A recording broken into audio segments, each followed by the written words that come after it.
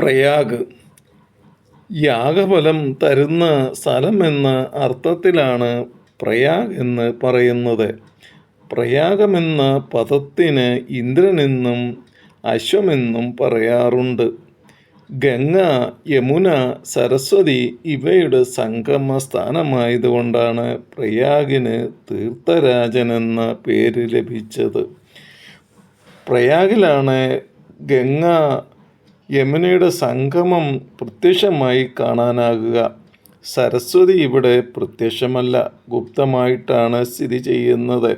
അതുകൊണ്ട് ഗുപ്ത സരസ്വതി സ്ഥാനമായിട്ടും ഇത് അറിയപ്പെടുന്നു. വിശ്വത്തിൻ്റെ ലയകാലത്തിൽ പ്രയാഗിന് നാശം സംഭവിക്കുന്നില്ല. ബ്രഹ്മാവ്, വിഷ്ണു, മഹേശ്വരൻ ഇവർ പ്രയാഗത്തിലാണ് സ്ഥിതി ചെയ്യുന്നത്.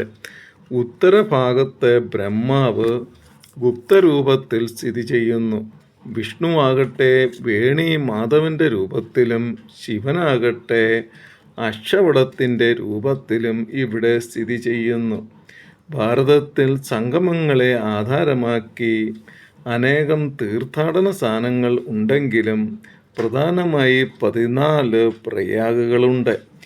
ഇവയിൽ പ്രയാഗരാജ്, രുദ്രപ്രയാഗ്, കർണപ്രയാഗ്, ദേവപ്രയാഗ്, നന്ദപ്രയാഗ് ഇവയ്ക്കാണ് പ്രാധാന്യം. ഓരോ പ്രയാഗുകൾക്കും അതിൻ്റേതായ പ്രത്യേകതകളുണ്ട്. അതിൽ പ്രയാഗരാജിൻ്റെയാണ് തീർത്ഥരാജനെന്ന് വിളിക്കുന്നത്.